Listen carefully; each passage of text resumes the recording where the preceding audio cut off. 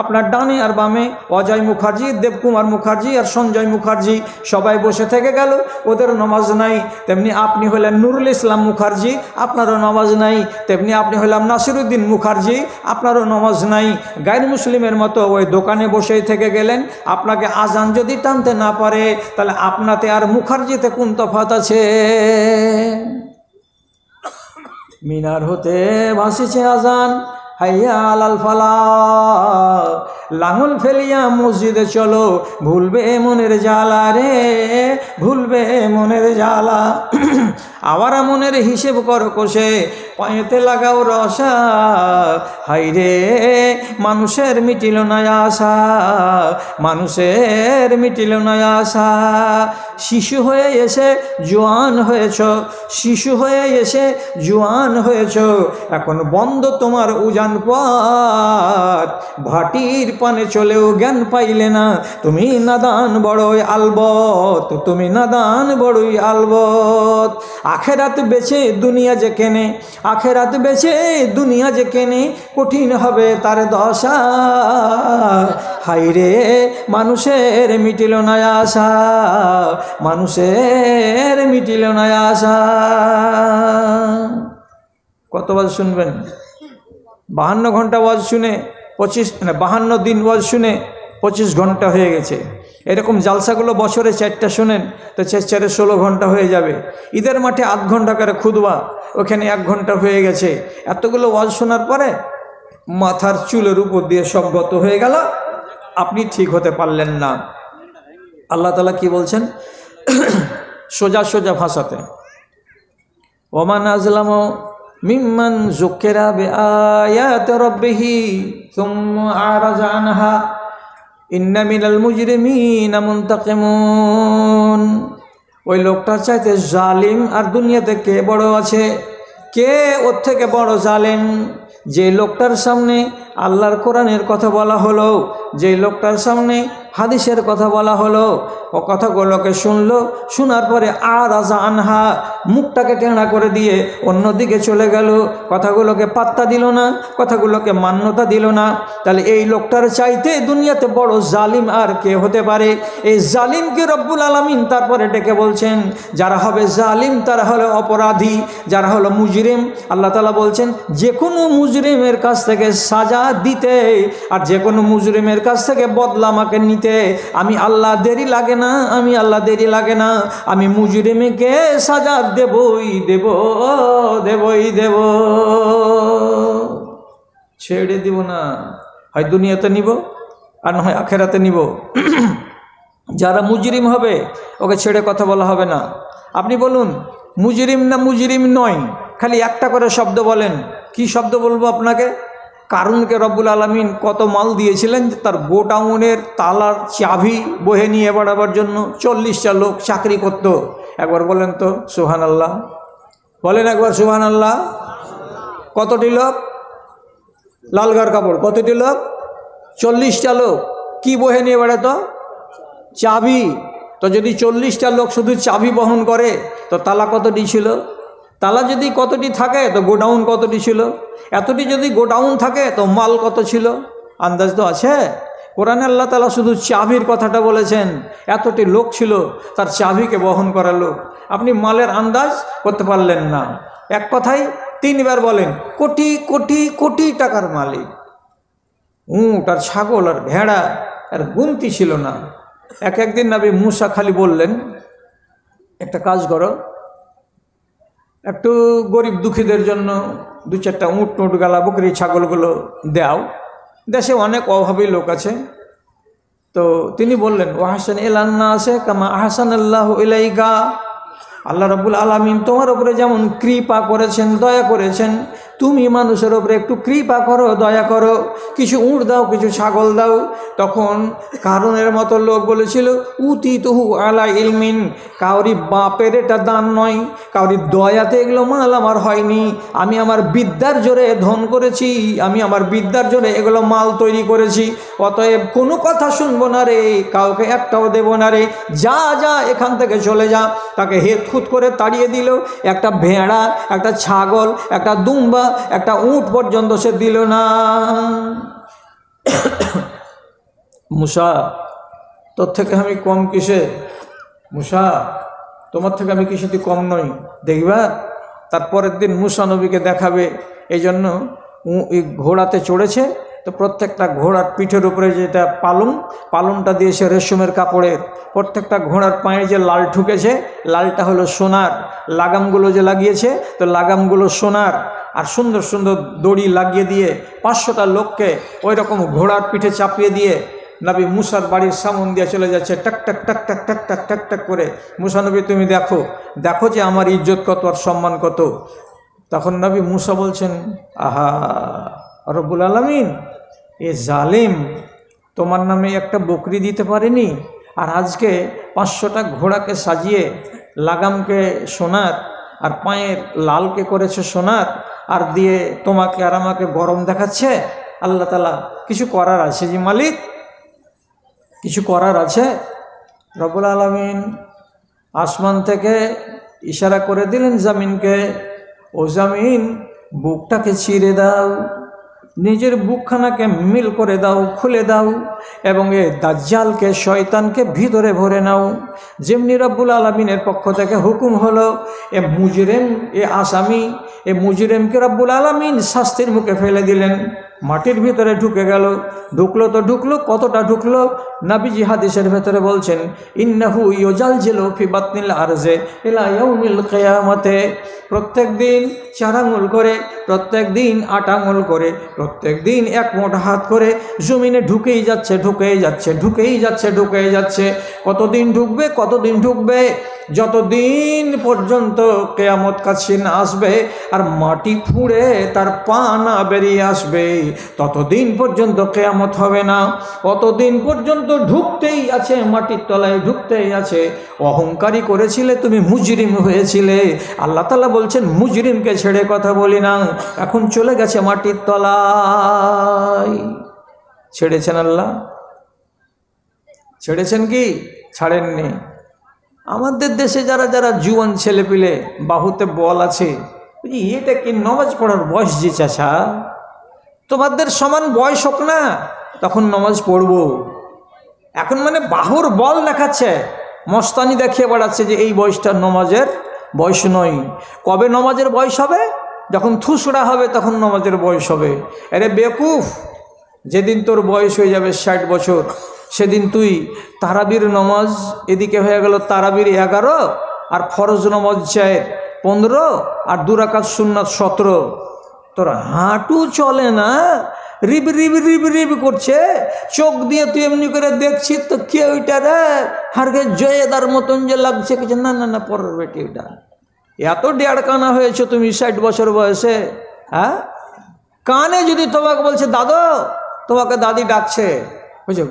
আবে গরু যে বাহির করেছি যাবে, দাদি ডাকছে তো তুই গরু বাহির করা কইছে না, কথাও ধরছে আর একটা কথা। চোখে দেখতে পাই না, কানে শুনতে পাই না, স্থির হয়ে দাঁড়াতে পাই না। আর এই গাধা যখন জোয়ান ছিল তখন কি বলছিল, এখন কি এগুলো করার বয়স? জি, বুড়া হব তখন আল্লাহকে ধরবো। ধরেছিস তো আল্লাহকে, 17 রাকাত নামাজ পড়ে দিত তোর বাপের হিম্মত দেখি। তারাবির নামাজগুলি সব শুরু করেছে, তারাবি একটু তাড়াতাড়ি হয়তো আল্লাহু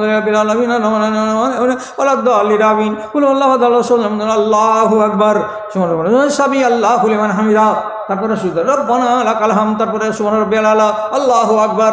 ঝাঁটাঝাট ঝাঁটাঝাট ঝাঁটাঝাট ইমাম সাহেব ত্যাগে চলে যাচ্ছে নামাজকে। আর এই বুড়া বাবজি নামাজ পড়তে শুরু করেছে শেষ বয়সে আল্লাহ তাআলাকে ধরবো বলে।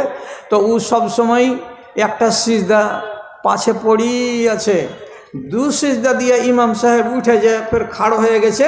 ততক্ষণে বুড়া বাবজি 2য় সিজদা দিয়া তারপরে ঝুলে ঝুলে তারপরে সোজা হয়েছে। আলহামদ ধরতে পারলে না, ইমাম সাহেব ফের আল্লাহু আকবার রুকুতে চলে গেল। কোনো রকম করে তাশাহুদে গেল, দোয়া পড়তে পারলে না, সালাম আলাইকুম রহমতুল্লাহ, সালাম আলাইকুম রহমতুল্লাহ, যেমনি করে দিল ও সালাম ফিরে দিল। নামাজ হলো নাহি না হলো, তারপরে তখন আর উঠা খাড়ো হয় না। ওর পোতা তখন বলছে, দাদা নামাজ পড়বি না? উঠ না। হ্যাঁ, কইছে তোরা পড় রে ভাই, আমি একলাই পড়বো। তুই আর একলাই পড়বি? আর তোর কোথায় গেল অহংকার, তোর বাহুর বল? বেশি মস্তানি করিস না। হ্যাঁ, কথাই তো লেখা আছে পরিষ্কার করে, বাহুবলের অহংকারে থাকিস না রে। আর বাহুবলের অহংকারে থাকিস না রে আর, গরিবের পায়ের নিচে মারিস না রে আর। বাহুবল তোর কদিন রবে, কোমর বেঁকে কামান হবে, হাতের মুঠোই বল পাবি না, রক্ততে যে তোর শুকিয়ে যাবে। শুনরে কথা ছেড়ে দে রে মিছে অহংকার, বাহুবলের অহংকারে থাকিস না রে আর, গরিবের পায়ের নিচে মারিস না রে আর। জুলুমবাজি করিস না রে, হিসাব দিনকে ভুলিস না রে, জুলুমবাজি করিস না রে, হিসাব দিনকে ভুলিস না রে। দুঃখীর মাথায় হাত বুলিয়ে দিস, ঘৃণার চোখে দেখিস না রে, নইলে যে তোর জীবন খেয়া লাগবে না রে পার। বাহুবলের অহংকারে থাকিস না রে আর, গরিবের পায়ের নিচে মারিস না রে আর। চিরদিন থাকবে না রে মাস্তানি, ছুটে যাবে রে। নিজেকে আসামি বানিয়ে আল্লাহ তাআলার দরবার থেকে এই দুনিয়া থেকে যাবি না, নাহলে বড় খেসারত দিতে হবে। একটা বেটি ছেলে, কোরআনে তার নাম, কোরআনে তার আলোচনা আছে, মেয়ে লোকটার নাম হলো কি বিলকিস। মেয়েটার নাম তাফসিরে লেখা আছে, কি নাম? বিলকিস। নবী সুলাইমানের যুগের একটা হুদহুদ কাঠঠোকরা পাখি একদিন উঠতে উঠতে উঠতে উঠতে প্যালেস্টাইনের মাটি থেকে চলে গেল সাবা নগরী ইয়ামান দেশে। ওখানে গিয়ে যদি দেখছে তো একটা বেটি ছেলে চেয়ারে সিংহাসনে বসে আছে, আর হাজার হাজার মানুষ ওর কি করছে, তাবেদারি করছে আর সূর্যকে পূজা করছে। পাখিটা দেখে নবী সুলাইমানকে যা বলছে, খুব বাজে জিনিস দেখে এলাম। কি দেখেছো? তো বলছে, দেখলাম ওইখানে একটা বেটি ছেলে সিংহাসনে বসে আছে, আর দেখলাম ওখানকার লোকেরা আল্লাহকে সিজদা না করে তারা সূর্যকে সিজদা করছে। নবী সুলাইমান শেষের বেলায় এবার চিঠি দিয়ে পাঠালেন। চিঠিটা পড়ার পরে আবার জবাব এলো। তারপরে নবী সুলাইমান বললেন, আমার দরবারের লোকেরা, তোমরা কেউ আমাকে আমার সিংহাসন সমেত ওই লোকটার, ওই মেয়েটার কাছে পৌঁছিয়ে দাও। নবী সুলাইমানের সিংহাসনকে সম্পূর্ণ একটা নেককার লোক আল্লাহর ক্ষমতা মূলে, আল্লাহর কুদরতের মূলে উঠিয়ে নিয়ে চলে গেল কোথায়? সেই সাবা নগরীতে। এবং বিলকিস রানীর সামনে নবী সুলাইমান খাড়া হলেন, আর তারপরে বলছেন, এই মেয়ে ছেলে, যে চিঠিটা তোমার কাছে এসেছিল 4 দিন আগে, ওই চিঠিটা আমি লিখেছিলাম। আমার নাম সুলাইমান, আমি হলাম সারা দুনিয়ার রাজা, আমি হলাম সারা দুনিয়ার লোকেদের কাছে আল্লাহর নবী। সুতরাং তুমি আমার কথা মেনে নাও, তাহলে তোমার কল্যাণ আছে, আর আমার কথা যদি না মানো তো তোমার কল্যাণ নাই। নবী সুলাইমান আদেশ করলেন তার জিনেদেরকে এবং তার মুরিদগুলোকে, আর সিংহাসনটাকে উঠাও, আর গোটাই সিংহাসন আমার প্যালেস্টাইনে তোমরা নিয়ে চলো। উঠে চলে এলো, এই সিংহাসনকে উঠিয়ে নিয়ে চলে আসা হলো। আর এইরকম এক নারী, এইবার নারী যখন সিংহাসন থেকে নেমে নবী সুলাইমানের দরবারে ঢুকছে, তো কাঁচের এতটাই কারুকার্য করা আছে নবী সুলাইমানের বাড়িতে, জিন মিস্ত্রিরা করে রেখেছিল যে তার তলা দিয়ে পানি যে বইছে, তো উঁচ নিচ হয়ে যেমন নদীতে পানি চলে, ঠিক ওই রকম করে নদীতে পানি চলছে। তখন এই বিলকিস রানী ওইখান দিয়ে হাঁটার কালে করেছে কি, শাড়িটাকে এমনি করে ছেড়ে ধরেছে, আমার শাড়ি তো ভিজে যাবে পানিতে। তখন এই হাঁটু পিণ্ডলিকে খুলে দিয়ে ছেড়ে পার হওয়ার কালে তখন পরে ওকে খবর দেওয়া হলো, এই পানি তোমার পায়ে লাগবে না, এই পানি হচ্ছে কাঁচের তলায় পানি, ঝর্ণার মতো বইছে। তোমাকে দেখে মনে হচ্ছে যে আস্ত নদী, কিন্তু আস্ত নদী এটা নয়। কেরামতি দেখলো নবী সুলাইমানের, আর কারুকার্য দেখলো নবী সুলাইমানের, এবং নবী সুলাইমানের ক্ষমতাও দেখলো। আর দেখার পরে সে বুঝতে পারলো, কি বুঝতে পারলো? যে এই কাজগুলো যতটা হয়েছে আমার দ্বারাই, সবটি কাজ আমি ভুল করেছি। করে তখন শেষের বেলায় বলছে, রব্বে ইন্নী জালামতু নফসি, এই আমার মালিক, আমি আমার নফসের উপরে জুলুম করেছি। আমার নাম হলো জালিম। জালিম মানে কি? তোমার অন্যায় করলেই তাকে জালিম বলা যায়। আমি হলাম একজন জালিম। কেন জালিম? বেটি ছেলে হয়ে তুমি সিংহাসনে কেন বসতে গেলে? বেটি ছেলে হয়ে তুমি কিসের জন্য মালিক হতে গেলে? তোমার দেশে কি একটাও বেটা ছেলে ছিল না? এক কথা। 2 নম্বর কথা, তুমি সূর্যকে কেন মানতে গেলে? সূর্যকে কেন পূজা করতে গেলে? আল্লাহ রাব্বুল আলামিন কি আকাশে ছিলেন না যে তুমি সূর্যকে মানতে গেলে? তখন ওই মেয়ে ছেলেটি বুঝতে পারলো আমার দ্বারাই জুলুম হয়েছে। তখন নিজেকে স্বীকার করে বলছে, পরওয়ারদিগার, আমি জালিম, আমার জুলুম হয়েছে, আমি তোমার কাছে মাপ চাই, এবং আমি সুলাইমান নবীর সাথে ঈমান আনছি, তুমি এক আল্লাহ, তোমাকে আমি জিন্দগির মতো মাবুদ মানলাম। ও সোজা হয়ে গেল, আপনি সোজা হলেন না, কবে সোজা হবেন? কি বারের দিন? কণ্ঠ আমার ক্ষীণ হয়ে এলো, কণ্ঠ আমার ক্ষীণ হয়ে এলো, অবশ হইল পা, শতহাগ দিলেও অচেতন জাতি, কেউ চেতন হইল না রে, কেউ চেতন হইল না। ধর্মের গলে চলিতেছে ছুরি, মুমিন কাঁদিছে দুঃখে, কোরআন হাদিস কাফনে মুড়িয়া, কমিন হাসিছে সুখে রে, কমিন হাসিছে সুখে।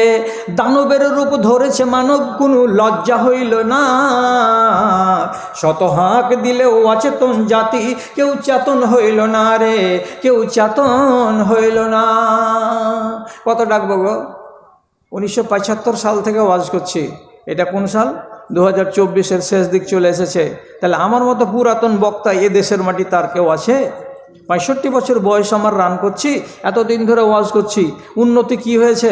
আমার জাতির উন্নতি না হয়ে শুধু রসার তলেই যাচ্ছে, দিনের দিন তলে যাচ্ছে, তলে যাচ্ছে। একটা প্রশ্নের জবাব দেন, শুধু একটা প্রশ্নের জবাব দেন। কি জবাব? একসাথে করে চলে যাচ্ছি, আর দুই একটা লোক হ্যাঁ না বলেন না জি ভাই, তাহলে তো মনটা জুড়াবে। 20 বছর আগে আমাদের দেশে যতটি মসজিদ ছিল তার তুলনায় আজকের দিনে মসজিদের সংখ্যা বেড়েছে না কমেছে? বেড়েছে। 20 বছর আগে আমাদের দেশে যতটি ট্রাক আর বাস ছিল তার তুলনায় আজকের দিনে ট্রাক এবং বাস বেড়েছে না কমেছে? বেড়েছে। রেল লাইন বেড়েছে না কমেছে? বেড়েছে। স্কুল কলেজ বেড়েছে না কমেছে? বেড়েছে। আমাদের দেশে যতটি লোক সংখ্যা ছিল 30 বছর আগে তার তুলনায় আজকের দিনে লোক সংখ্যা বেড়েছে না কমেছে? বেড়েছে। তাহলে স্কুল বাড়লো, কলেজ বাড়লো, মাদ্রাসা বাড়লো, রেল লাইন বাড়লো, তারপরে বাস বাড়লো, ট্রেন বাড়লো, লোক সংখ্যা বাড়লো, মাদ্রাসা বাড়লো, মক্তব বাড়লো, মসজিদ বাড়লো, সবই বাড়লো বাড়লো বাড়লো, বেড়েই চলেছে, বেড়েই চলেছে। ওরে আমার দাদারা, আপনারা হলেন এখানকার লোক, তেলিয়াবাদের লোক, ভালো করে জবাব দিয়ে বলুন তো, সবই যদি বাড়ে, সবই যদি বাড়ে, তাহলে 30 বছর আগে আমাদের দেশে ইবাদতের হালাত যেমন ছিল, নমাজের যেমন হালাত ছিল, আজকে 30 বছর পরে আমাদের দেশে নমাজির সংখ্যা বেড়েছে না কমেছে? বেড়েছে, বাড়েনি? এখানে কেন ফেল হয়ে গেল মুসলমান? কে মানা করেছে? কোনো মৌলবি ওয়াজ করতে দাঁড়িয়ে কি আল্লাহর কথা বাদ দিয়ে কোনো মৌলবি এরকম কথা বলে? এই গ্রামের লোকেরা, তেলিয়াবাদের লোকেরা, 3 বিঘা ধান আছে আমার, একলাই কাটতে পারি না, 10 জন লোক তোমরা চলো, শামসি স্টেশনের নামও, ধানটি আমার কেটে দাও। কোনো মৌলবি বলে? কেউ বলে না। যদি বলে তো কি বলে?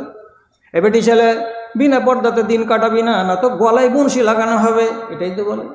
ও বেটা ছেলে, 70 বছরের মা আর বাপকে আঙনাতে জুদা করে ভাত রান্না করাতে দিও না। যদি বাপ আর মা 70 বছর বয়সে চোখের পানি ফেলে কাঁদে তো তোমার কল্যাণ নাই, দুনিয়াতে আযাব হবে, আখিরাতেও আযাব হবে, এটাই না বলে? তো তাহলে এত ওয়াজ করার পরে, এত ওয়াজ করার পরে আপনি একটা কথা শুনলেন না। আমার জাদ ভাই জালিম, আপনি মজা মারছেন, কিন্তু ঠেলা পাচ্ছে কে? তো ঠেলা পাচ্ছে কে তো ভালো করে শুনেন। আব্দুল্লাহ বিন মাসউদ রাদিয়াল্লাহু, এটি চাকা বেয়াদবি লেন না যে ভাই, বুড়া মানুষের অত ভুল ধরে পারেন, একটু খাসি নেই।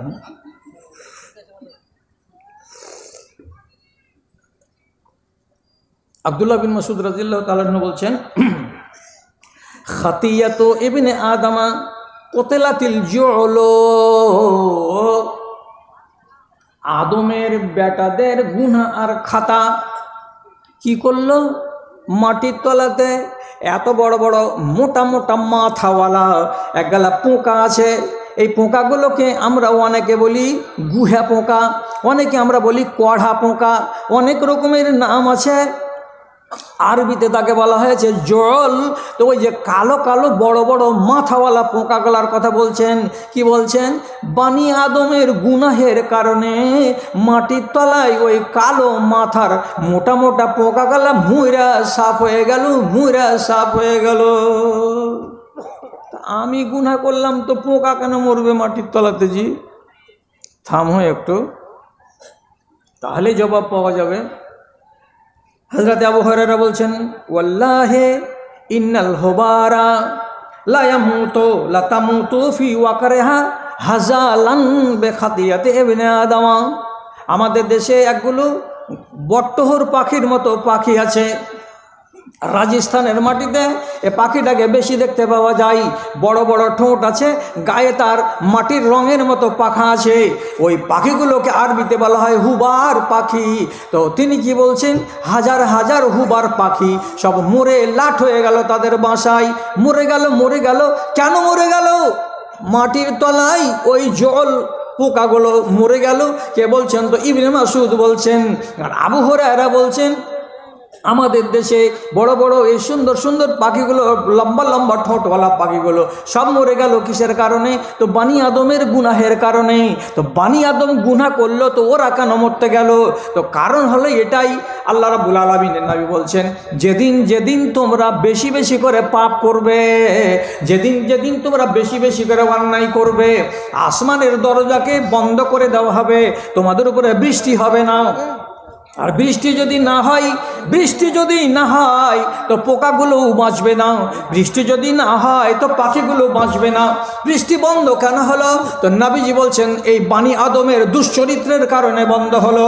আপনি যদি দুশ্চরিত্র না হতেন তাহলে বৃষ্টি বন্ধ হতো না, আর ওই পাখিগুলো মরতো না, পোকাগুলো মরতো না। এ তো কথা সোজা, কথা তো সোজা।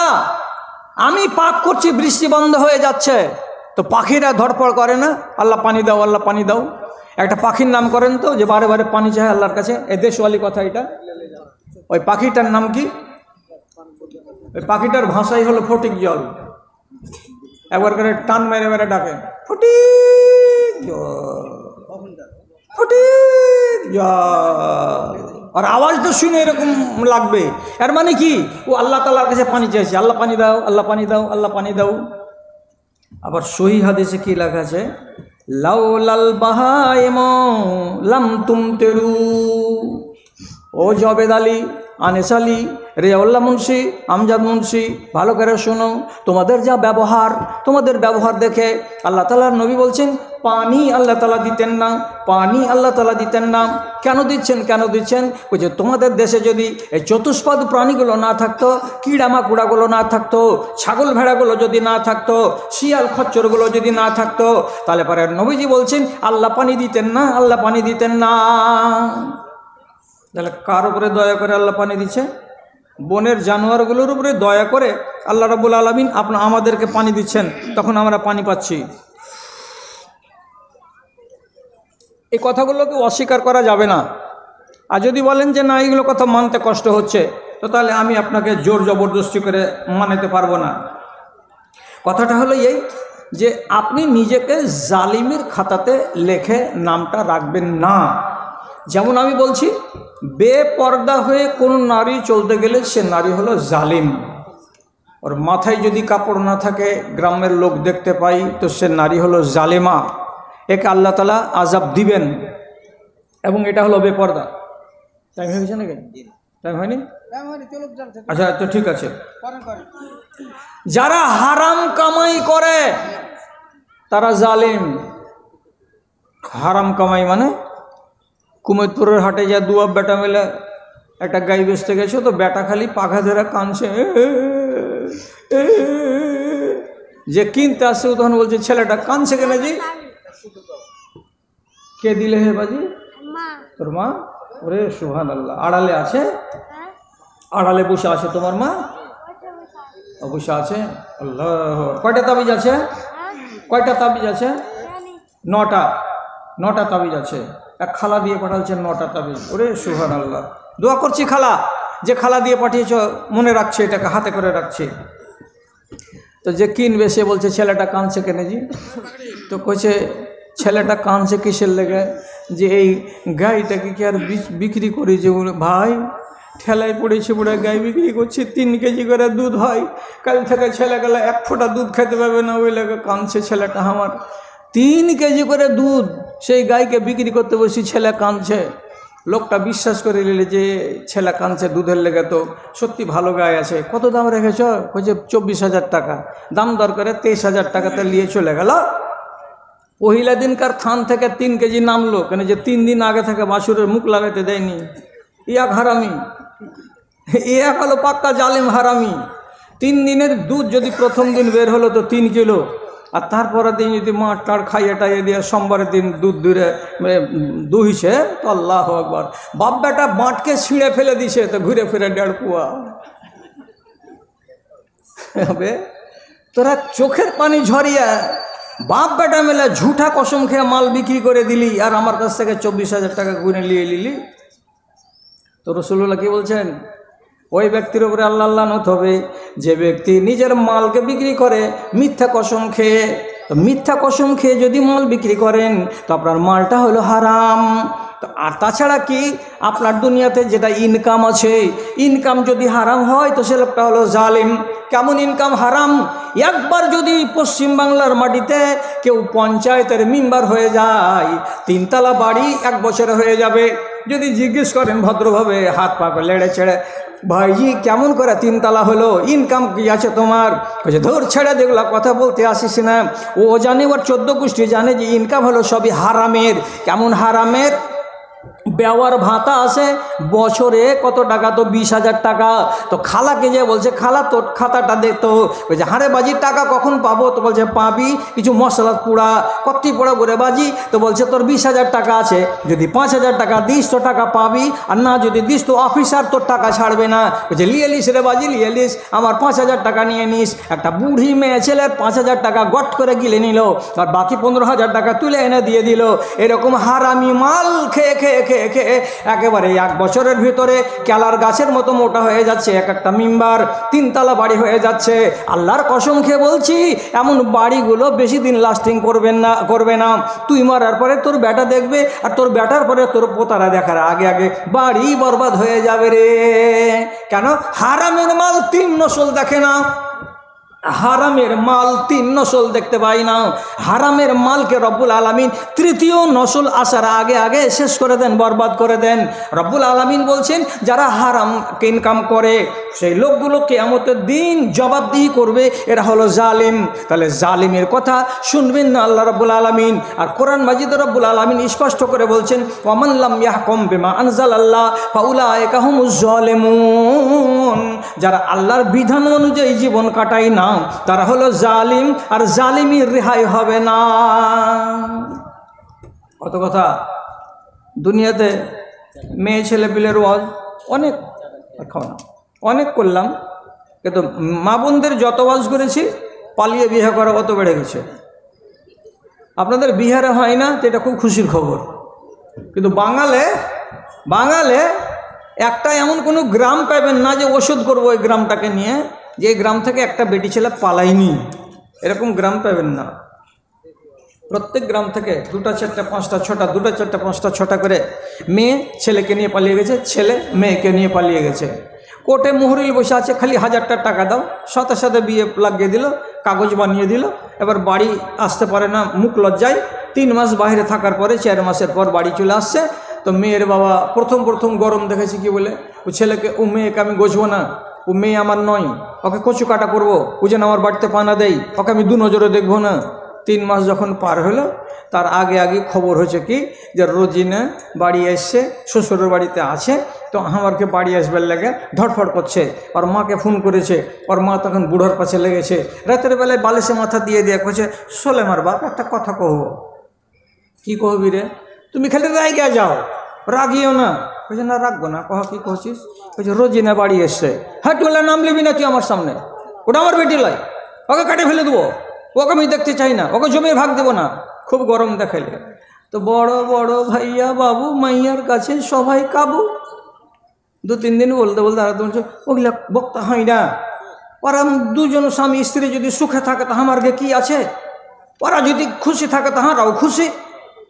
তখন ভাঁড় কইছে কি যে তো কী করবি, আসতে চাইছে নাকি? কইছে হ্যাঁ আসতে চাইছে। আসতে কহিস কি কহবার, রাইতে যেন আসে, দিনে যেন না আসে।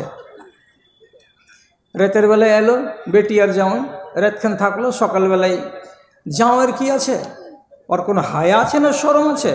সকালবেলায় চাটা খাবার জন্য মোড়ে যায় বসে আছে, চার দোকানে চা খাইছে। এটা কেজি ওই সর্দারের জামাই 3 মাস পরে এই বেটিকে লিয়া পালাল ছিল। এই তো ও হায়া শরমকে হায়াও লাগে না। কেন লাগে না?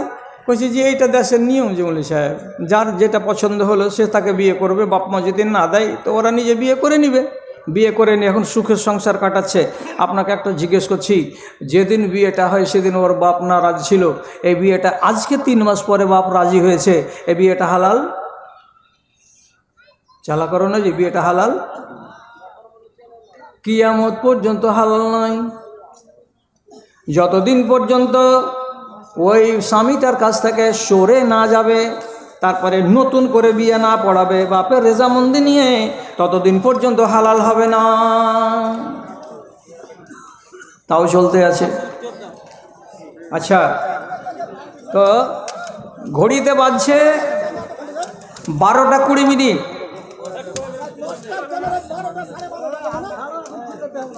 আচ্ছা, এবার যতটি ভাই আছেন সব ভাইটিকে বলছি, আমাকে